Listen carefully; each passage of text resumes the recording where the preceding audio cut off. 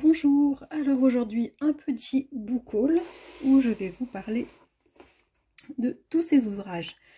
Alors je n'ai pas fait de book haul depuis un bon petit moment parce qu'en fait j'ai beaucoup de livres qui attendent d'être lus, notamment tout ça là sur l'étagère, c'est cette pile de livres bien haute qui n'attendent que du temps pour être lus. Donc j'ai de quoi faire et j'essaye de limiter mes achats pour cette raison et également pour des raisons financières comme tout le monde. Mais tout de même j'ai fait quelques achats depuis la fin de l'été et je souhaitais en parler un petit peu ici, surtout pour partager si jamais vous en avez lu certains, pour avoir votre avis ou pour papoter en commentaire. Alors tout d'abord, je vais vous parler de ce livre de Florence Bensadoun, Joan Mitchell, La fureur de peindre. Donc c'est le livre de la journaliste Florence Bensadoun sur la peintre Joan Mitchell. Alors à vrai dire, cette peintre, j'en avais pas entendu parler avant il y a 2 semaines. Enfin, je connaissais juste de nom. Et puis j'ai entendu Florence Bensadoun en interview à la radio en parler de cette peintre américaine que je ne connaissais pas du tout. Elle en parlait avec tellement de passion que ça m'a donné envie d'en savoir un petit peu plus. Elle-même, Florence Bensadoun, elle l'avait découverte au musée MoMA il y a 10 ans. Elle ne la connaissait pas et elle avait été complètement retournée par une de ses toiles. Et depuis cette date, de façon obsessionnelle, elle s'était beaucoup renseignée sur la peintre, elle a beaucoup interviewé des gens qui ont connu cette personne si indépendante, qui utilisait gestes et couleurs pour composer des toiles très abstraites et faire passer ainsi ses souvenirs et ses émotions. Alors j'ai écouté entièrement cette interview à la radio sur France Culture, dans l'émission d'Olivia Gisbert le midi, et j'avais été complètement happée par la passion de Florence Bensadoun pour cette peintre américaine. Alors quelques jours après, eh bien, je me rendais à Paris pour voir la grande rétrospective qui est consacrée à la peintre. Une rétrospective que j'ai adorée. Et à la boutique, eh bien, évidemment, j'ai acheté le livre de Florence Bensadoun. Et je compte le lire très vite pour me replonger dans la peinture de Joan Mitchell. Je vous mets quelques photos des peintures de cette peintre prises à l'exposition avant de passer à la suite de ce book haul.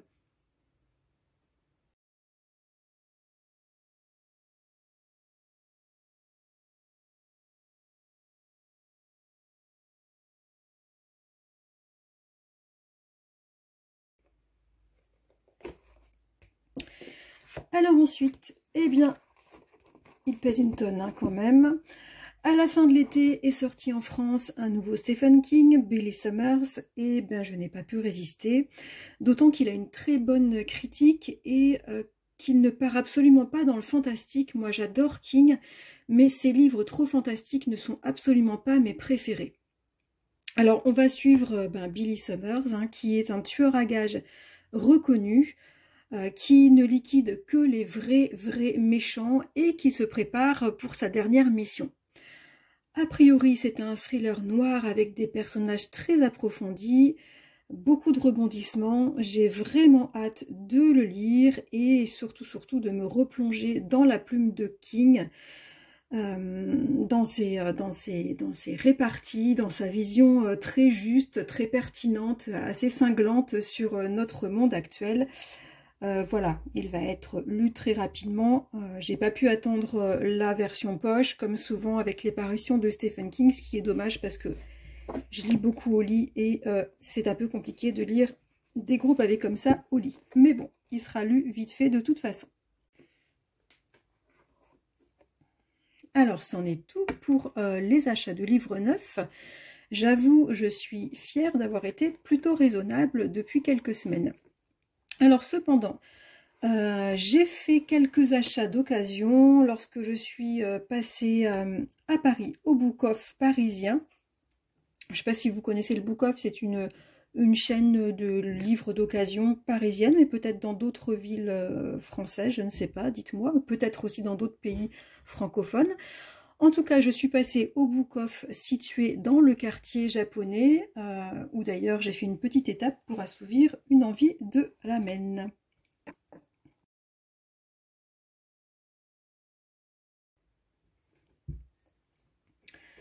Alors au Book Off aussi, je suis assez contente de moi parce que j'ai été raisonnable, j'ai trouvé 3 romans et 3 ouvrages pour enfants. Au niveau des romans, j'ai trouvé Journal de nuit de Jack Womack, un auteur de SF américain que je ne connais absolument pas, mais l'histoire m'a attirée. En fait, c'est le journal intime d'une adolescente qui vit dans une Amérique qui semble en proie complètement à la folie et proche de l'effondrement. J'adore lire les journaux intimes et j'ai envie de SF en ce moment. Donc, eh ben, j'ai craqué. Je me suis également procuré Les mains libres de Jeanne Benhammer, une auteure française que j'ai déjà lue et que j'apprécie. Ce roman raconte l'histoire d'une vieille femme veuve qui vit de façon assez isolée.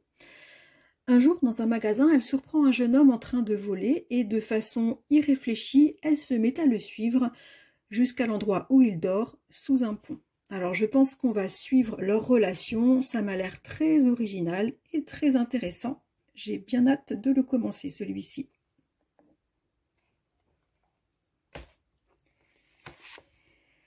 Et puis j'étais très contente de m'être procuré ce tout petit ouvrage de, je ne sais pas combien de pages, voilà, 120 pages à peu près, qui s'intitule Nagori, la nostalgie de la saison qui vient de nous quitter, de Ryoko Sekiguchi.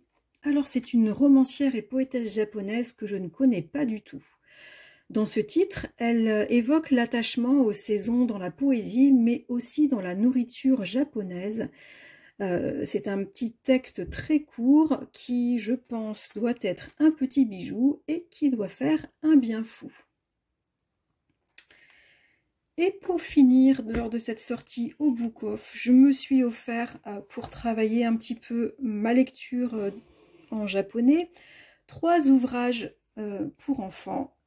Déjà parce que je les trouve absolument jolis, enfin vraiment sublimes au niveau de l'illustration. Et puis pour m'entraîner un petit peu à la lecture, parce que le japonais, quand on apprend, c'est beaucoup plus facile à l'oral qu'en lecture ou en écriture. Et je pense que c'est un bon moyen, les livres pour enfants. Voilà. Les dessins là sont très très beaux. Le deuxième est dans un registre de dessins très différent et va nous raconter, il me semble, des histoires de moissons.